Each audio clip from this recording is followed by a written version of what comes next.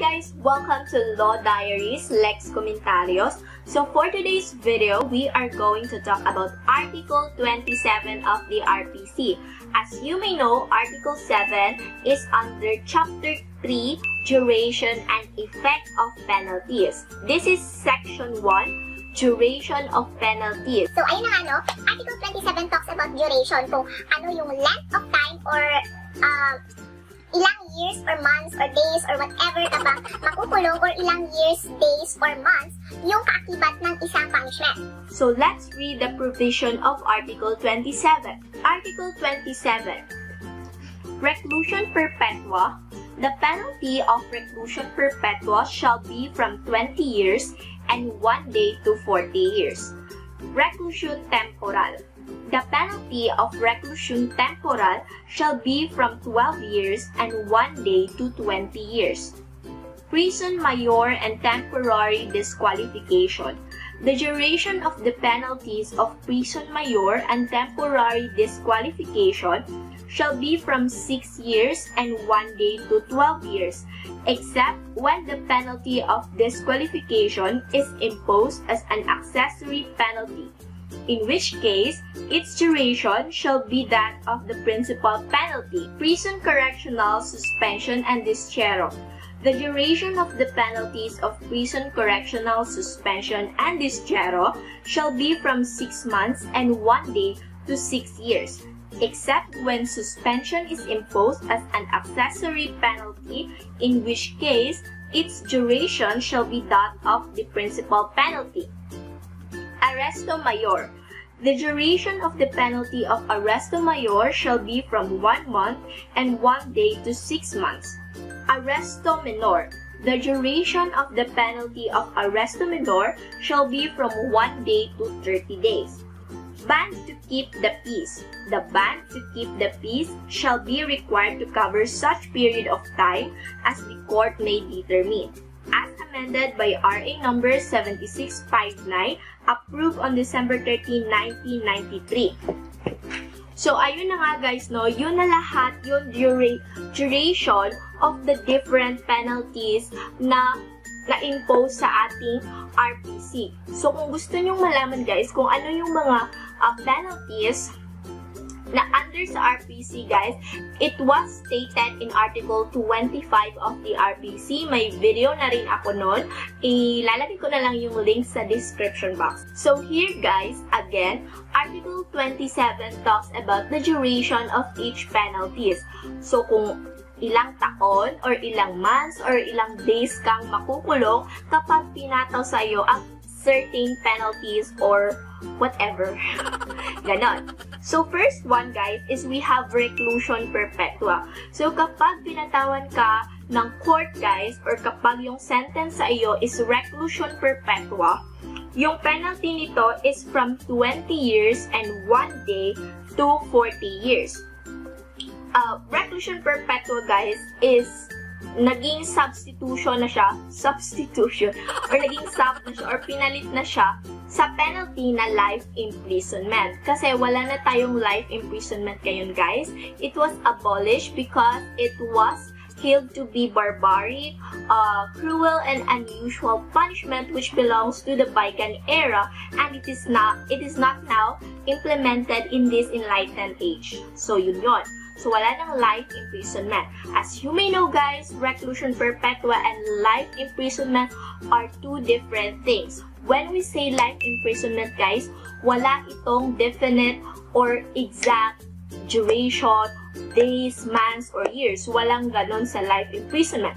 But when we say reclusion perpetua, guys, it has its fixed duration, which is from 20 years and 1 day to 40 years. Pero kahit na may fixed duration, yung reclusion perpetua, guys, it was still under the indivisible penalties. So, when we say indivisible penalties, guys, ito yung mga penalties na walang fixed duration.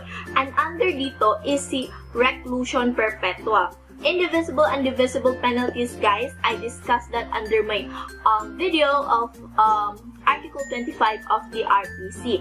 So again, yung indivisible penalties is ito yung mga penalties na walang fixed duration, such as death, at nasali na dito yung reclusion perpetua. But bakit nasali sa indivisible penalties yung reclusion perpetua?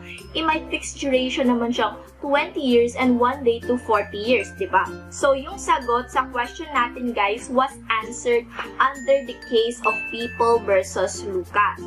So it was clarified that although Section 17 of RA 7659 has fixed the duration of reclusion perpetua from 20 years and 1 day to 40 years, there was no clear legislative intent to alter its original classification as an indivisible penalty. It shall then remain as indivisible penalty. Reclusion perpetua retains its nature as an indivisible penalty, having no minimum, medium, and maximum period. It is imposed in its entirety regardless of any mitigating or aggravating circumstance that may have attended the commission of the crime. So yun na nga guys, under pa rin yung reclusion perpetua sa indivisible penalties kasi walang clear na legislative intent na ma-alter yung original qualification nito, which is indivisible penalties.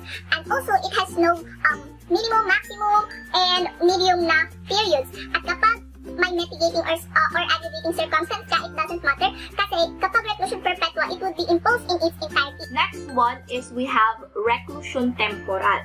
So itong reclusion temporal naman, guys, is a penalty from 12 years and 1 day to 20 years. And then we have here the prison mayor and temporary disqualification. So si prison mayor, guys, it has 6 years and 1 day to 12 years. Ito rin si temporary disqualification, guys. Yung duration niya is 6 years and 1 day to 12 years. But may exemption tayo dito kay temporary disqualification, guys. As you may know, temporary disqualification is also an accessory penalties. So, pwede siyang maging principal penalties and also pwede rin siyang maging accessory penalties. Kapag ipinataw yung temporary disqualification, guys, as an accessory penalties, yung duration niya na 6 years and 1 day to 12 years is hindi na yun mai-impose since accessory penalty na siya. So, yung duration ng principal, yun yung susundin. Kasi we have this rule that accessory follows the principal. So, kung yung principal na penalty is worth, for example, 15 years, so yun yung ipa-follow na duration instead of 6 years and 1 day to 12 years. Then, next, we also have prison correctional, suspension, and destierro, which is 6 months and 1 day to 6 years.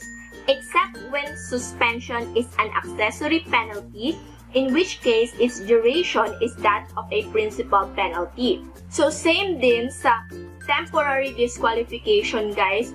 Kapag yung suspension is na-apply siya as an accessory penalties, kung ano yung duration ng principal penalties, yun yung ifa-follow, guys. Kasi, again, it is a basic rule, or it is an elementary rule na accessory follows its principal. Next, we have here arresto mayor, which is 1 month and 1 day to 6 months.